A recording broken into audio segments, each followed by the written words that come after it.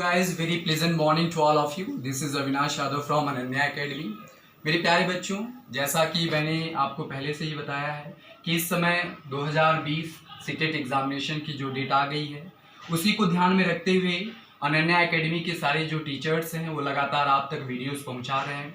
मैं अपनी पूरी कोशिश कर रहा हूं कि एक महीने का जो समय मुझे मिला है उस दौरान सीटेट का जो भी सिलेबस है, चाहे वो सीटेट की पेडागोजी की बात हो, चाहे वो इंग्लिश ग्रामर की बात हो, फिगर्स ऑफ स्पीच की बात हो, मैं आपसे वादा करता हूं कि एक महीने के अंदर सारा सिलेबस जो है वो मैं आप तक पहुंचाऊंगा।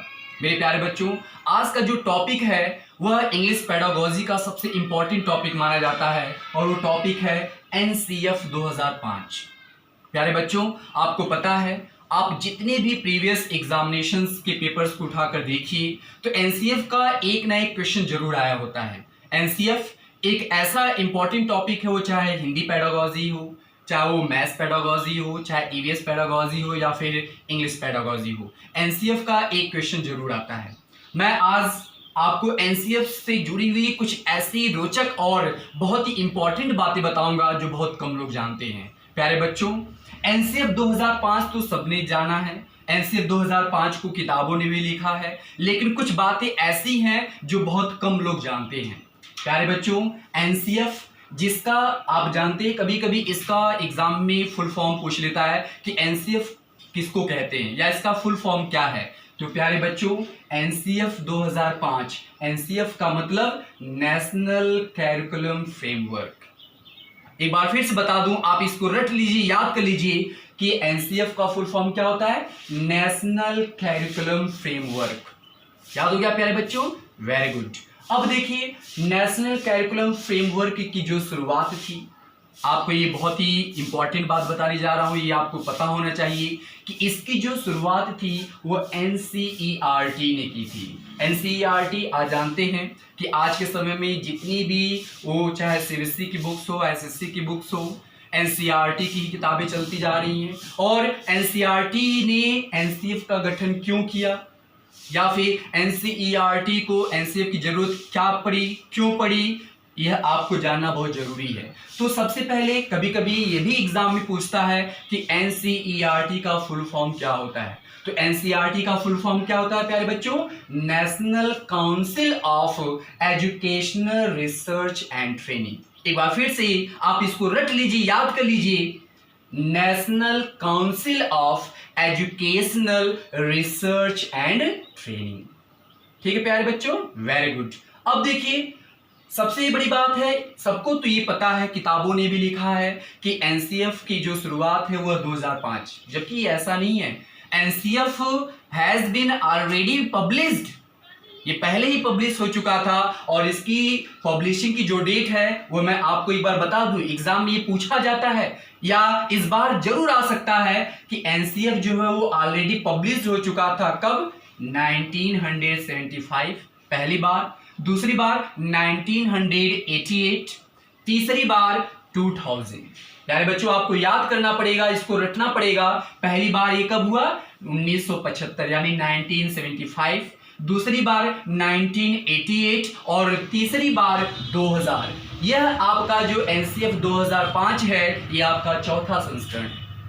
आपको इस बात को याद करना पड़ेगा कि एनसीएफ का जो गठन है या जो संस्करण वो 4 बार आया। पहली बार 1975, दूसरी बार 1988, तीसरी बार 2000 और लास्ट टाइम 2005। हम आगे बढ़ते हैं प्यारे बच्चों। अब मैं आपको एक ऐसी रोचक जानकारी देना चाहता हूं जो कि बहुत कम लोग जानते हैं, आपको पता होना चाहिए, क्योंकि हो सकता है कि इस रोचक जानकारी को ही एग्जामिनेशन में पूछ लिया जाए। प्यारे बच्चों, एनसीएफ का जो एक कह लीजिए संरचना थी, वास्तव में इसकी जो शुरुआत थी वह रविन्द्रनाथ टैगोर, आपने सुना होगा, Rabindranath Tagore was a great poet, एक महान कवि माने जाते थे। और आपको पता होगा कि रविन्द्रनाथ टैगोर जी को 1913 ईस्वी 1913 में एक फेमस पोयम, आप फेमस पोयम का नाम जानते होंगे, गीतांजलि, जिसके कारण उनको नोबेल प्राइज दिया गया 1913 ईस्वी में। और उन्होंने एक एस्से लिखा था अपने जीवन में जिसका नाम था सिविलाइजेशन एंड प्रोग्रेस। आपको याद करना पड़ेगा, उनके एसे का नाम था सिविलाइजेशन एंड प्रोग्रेस, यानी सभ्यता और उन्नति। उस एसे के तर्ज पर एनसीएफ का जो एक कह लीजिए कि इसका जो क्रम था या इसको जो लिखने की एक जो सोच थी वह हमारे सामने आई। प्यारे बच्चों, अब मैं कुछ आगे बताना चाहता हूं।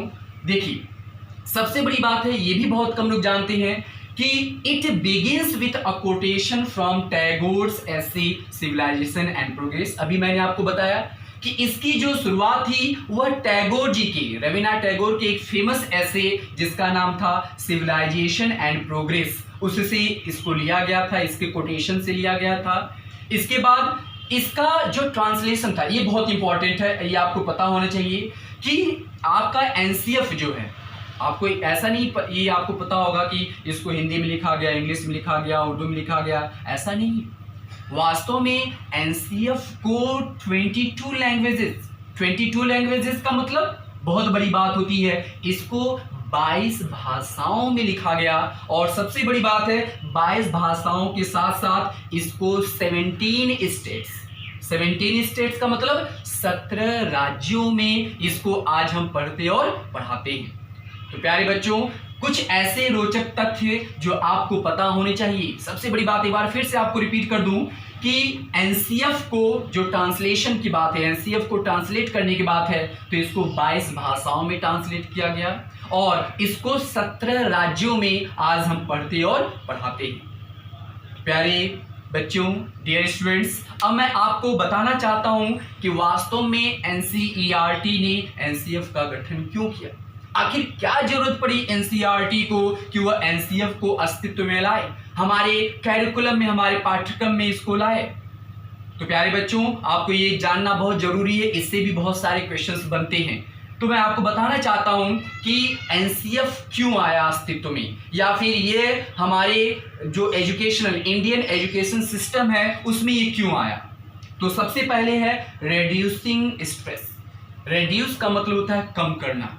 प्यारे बच्चों, एनसीएफ का गठन इसीलिए किया गया कि हमारे भारतीय पाठ्यक्रम में या फिर जो एजुकेशनल जो सिलेबस है वो इतना ज़्यादा ओवरलोडिंग था, इतना उसमें बर्डन था, उसकी सिलेबस, उसका जो सिलेबस है वो इतना लंबा था, इतना ब्रॉड था कि बच्चे उसको देख के होपलेस हो जाते थे, हतोत्साहित हो जाते थे। और इसी कारण से एनसीएफ ने क्या किया, एनसीएफ ने इसके कैरिकुलम के, इसके पाठ्यक्रम को क्या किया, कम कर दिया। और पाठ्यक्रम को कम करने के कारण बच्चों का जो एक मेंटल प्रेशर था, जो स्ट्रेस था, जो दिमागी तनाव था, वह उनका दूर हो गया। और आप जानते हैं, आप भी एक विद्यार्थी हैं, और किसी भी विद्यार्थी के अगर दिलो दिमाग से किसी भी कंफ्यूजन को, स्ट्रेस को, दबाव को या फिर किसी भी बड़ी जिम्मेदारी को अगर हटा दिया जाए तो वास्तव में उसका जो अधिगम है, जो लर्निंग है, वह अपने बेहतरीन मोड में होगा। प्यारे बच्चों, नेक्स्ट है आपका शॉर्टर एग्जामिनेशन। शॉर्टर एग्जामिनेशन का मतलब आप जानते हैं कि एग्जामिनेशन, छोटे बच्चों की अगर बात की जाए तो एग्जामिनेशन का जो टर्म होना चाहिए वो बहुत ही छोटा होना चाहिए। बड़े बच्चों की तरह 3 घंटे का पेपर नहीं होना चाहिए कि 3 घंटे के पेपर में बच्चा पूरी तरह से बोर्डम फील करे, उसको उबल महसूस हो।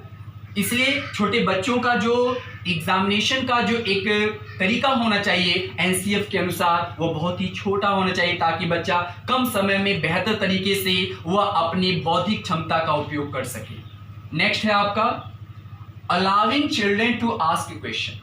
ये बात बिल्कुल सही है।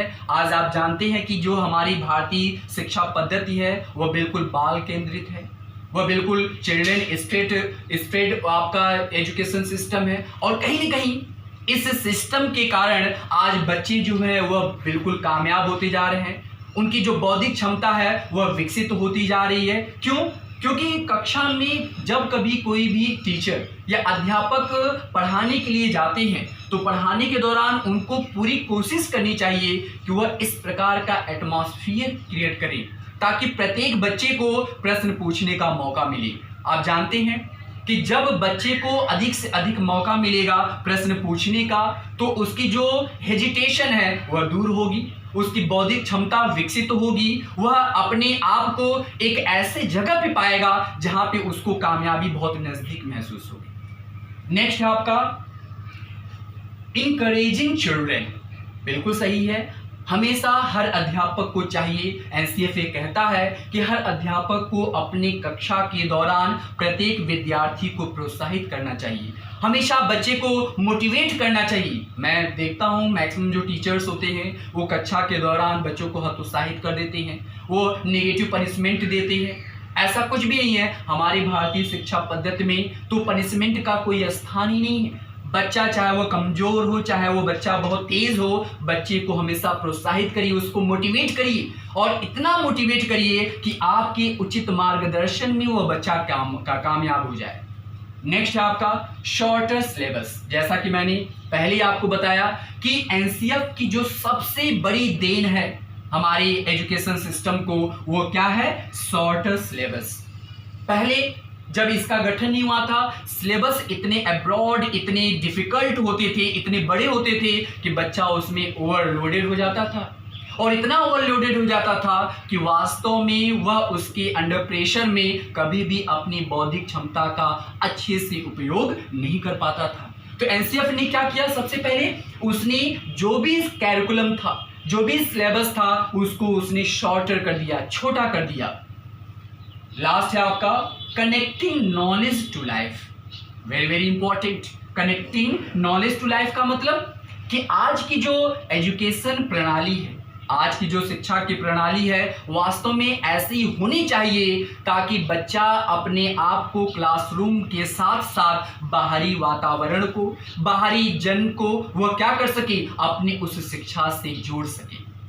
आज आप देखते हैं चाहे वह कोई भी सब्जेक्ट हो, चाहे वो इकोनॉमिक्स हो, ज्योग्राफी हो, हिस्ट्री हो, इंग्लिश हो, हिंदी हो, मैथमेटिक्स हो, किसी भी सब्जेक्ट को आप उठा करके देखिए तो उसका जो पाठ्यक्रम है, उसका जो कैरिकुलम है, जो उसका सिलेबस है, वो इस प्रकार से बनाया गया है ताकि कक्षा के दौरान ही विद्यार्थी अपने आप को बाहरी जीवन से क्या कर सके? जोड़ सके। और आप जानते हैं कि बच्चा जब अपने ज्ञान को बाहरी ज्ञान से, बाह्य ज्ञान से जब जोड़ेगा तो वास्तव में उसकी जो बौद्धिक क्षमता है, उसका जो आईक्यू सिस्टम है, वास्तव में वो अपने आप ग्रोथ करेगा। तो प्यारे बच्चों, एक बार फिर से मैं आउटर लुक में बेहतर तरीके से आपको जल्दी बता दूं कि एनसीएफ क्या है, क्योंकि आपको पता है कि आपका जो भी एग्जामिनेशन सीटेट का कंडक्ट होता है, जरूर एक क्वेश्चन एनसीएफ से आता है। तो प्यारे बच्चों, एक बार मैं जल्दी बता दूं कि एनसीएफ 2005, एनसीएफ का मतलब, इसका full form national curriculum framework. आप जानते हैं कि इसकी जो शुरुआत हो एनसीईआरटी, और एनसीईआरटी का full form national council of educational research and training. इसको 2005 से पहले भी 3 बार पब्लिश किया गया था। पहला जो समय था वो था 1975 यानी 1975, दूसरी बार 1988 यानी 1988 और तीसरी बार 2000 यानी 2000 में। और आपको पता है, अभी मैंने बताया कि इसको रविन्द्रनाथ टैगोर जी के द्वारा, वही रविन्द्रनाथ टैगोर जिनको 1913 ईस्वी में गीतांजलि एक बहुत ही बड़ी पोयम है, उसके कारण उनको नोबेल प्राइज दिया गया था। और उनका एक फेमस ऐसे है जिसका नाम है सिविलाइजेशन एंड प्रोग्रेस, यानी सभ्यता और उन्नति। उसके एक कोटेशन से इसकी नींव पड़ी। इसके बाद आपको मैंने बताया कि आपका जो एनसीएफ है, इसको 22 भाषाओं में, 22 लैंग्वेजेस में ट्रांसलेट किया गया और इसको आज की डेट में 17 स्टेट्स यानी 17 राज्यों में पढ़ा और पढ़ाया जाता है। तो मैं उम्मीद करता हूं आपसे यह विश्वास है मेरा कि मैंने जो भी वीडियोस आपके सामने आज बताई, आपको जो भी एनसीएफ के बारे में बताया, आपको बेहतर तरीके से याद हो गया होगा।